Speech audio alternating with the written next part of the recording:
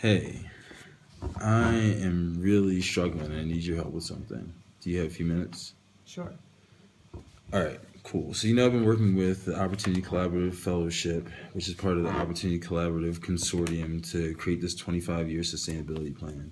And we keep having these meetings and we keep getting stuck. We get into these conversations and then we start talking about things that haven't worked in the past and we get stuck there and then we don't create plans for what we're going to be doing in the future, what we're actually supposed to be doing, which is community engagement. So we need to get to the community engagement piece because that's really what our mission is. So I want to help the group get to that point. I think I have an idea that may work. That sounds like an issue. Glad you think you have a solution. Who else is involved? Well, all the people that have been coming to the Opportunity Collaborative Fellowship, who are part of the fellowship, they would be there. I would like to also involve professors from Morgan State University and Goucher College. Two I have in mind I'm thinking of off the top of my head would be Dr. Ali Emdad and Dr. Roxanne Kimani, who teaches at Goucher in the Cultural Sustainability Program. I think there's a lot of crossover there, and she would be really able to help us create a framework. What's the methodology you're choosing to use for the meeting? So the methodology that I'm interested in using is called Future Search. And Future Search is really dependent upon, strangely enough, looking at the past. And what you do is you get people in the room, you get them talking about what happened in the past, and figuring out where their disagreements are. From that point, we break people out into smaller subgroups that are based around the sustainability principles that are outlined in the Charter of the Opportunity Collaborative. So each area, for example, housing, workforce development, you have a group that's looking at the workforce development plan and how you can engage the community. And they're having that conversation, and then they're going to report back to the group. And within that framework, they're going to talk about what happened in the past, what's happening right now, and what could be happening, laying out some specific plans. Where's the meeting? Well, I would like the meeting to be held at Goucher College or another university. I think that's a really great space for that type of learning to take place, where you have spaces that you can bring large groups together, and then you can break them apart into smaller groups in the classrooms, and they have the board space to get their ideas out. That's really important. How would you characterize the objectives for the learning experience, and how are you designing the agenda? Well, I would that's a good question. Actually, the objective I think is to really get us to focus on what we can agree on and what's actionable, because there is already a plan in place, and right now we have a window of opportunity to execute an RSPD, which is within 3 years. So if we can have a framework that starts off with us having a 3-day seminar. And then within those 3 days, we have a half-day schedule that's devoted to us. Bless you. You okay? We have a half-day schedule that's devoted to us, looking at where the differences are and looking at the past and figuring out what we can agree on there. The next day would be focused on looking at the present, and then we would break out into those smaller groups. Those groups would come back and report back to they report back to the larger group, and then we would come to the point of how can we look forward, and what plans can we put in place based on the agreements that we've had after we figure out where our differences are. So really, that will be the bulk of day 3, and that will be a full day schedule. Wow. Have you thought of any potential issues that might come up?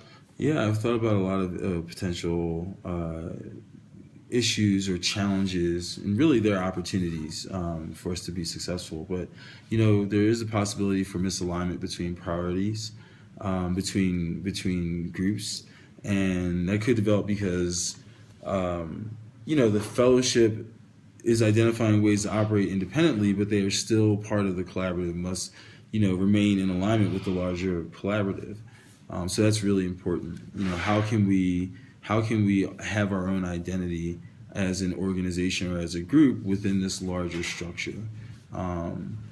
Other issues that may come up is that people are oftentimes stuck in past experiences, and their current conception of themselves and of other people is based on things that have happened in the past. Bad experiences with public planning or public policy or community engagement or community organizing all lead people into places where they feel like they cannot come to the table and contribute or collaborate in the new situation. So we really want to tackle that feeling that people have, and allow them to have the space to communicate their ideas, have those ideas be part of how we form the solution, but getting us to the point where we actually are working towards a solution. Sounds like you've given that a lot of thought.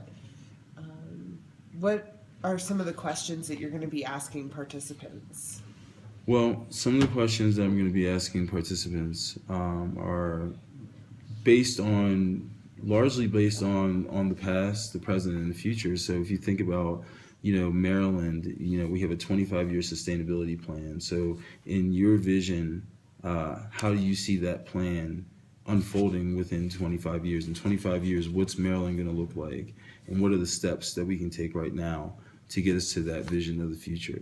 And what parts of your vision are maybe expendable to incorporate someone else's ideas or someone else's belief about how to proceed in a forward direction? What issues covered by the plan are most urgent and important to the community members? Because ultimately this is about the community members, and sometimes we get so focused on the creation of a plan or a framework or working on these big ideas that we lose sight of what the issue is really about. Also, when you think about sustainability, how do they see sustainability playing into Maryland's future? That's a really big issue because there are challenges, even with the term sustainability that you're going to have politically. So decisions have to be made about how to proceed in that light as well. Okay, sounds like some good questions. So you've organized a pretty good agenda, and you've thought about what potential objections could happen, and you have some good assumptions about what everyone will get out of it. When you think about the participants, what do you hope they walk away with? Well, when I think about the participants, I hope that they walk away with the sense that you can walk into a conversation with someone about anything and really find a place of commonality. It may not necessarily be a place of agreement, but there's commonality within our values, within how we see the world at different moments, depending on what experiences that we've had that are shared. And it's, figuring out what those things are, within examining our differences. So it's really to empower, the people within the Opportunity Collaborative to be solution focused and to understand, how much power and influence that they can have on this process and really creating a positive future and outlook for Maryland. And by extension for the planet as a whole, I think if you create an example in Maryland, it's something that can be duplicated or replicated in other places, and that's critical for our ability to preserve or enhance our ways of life to something that can be sustained over the long haul. Well, best of luck. I'm gonna need it, huh? Should be fun.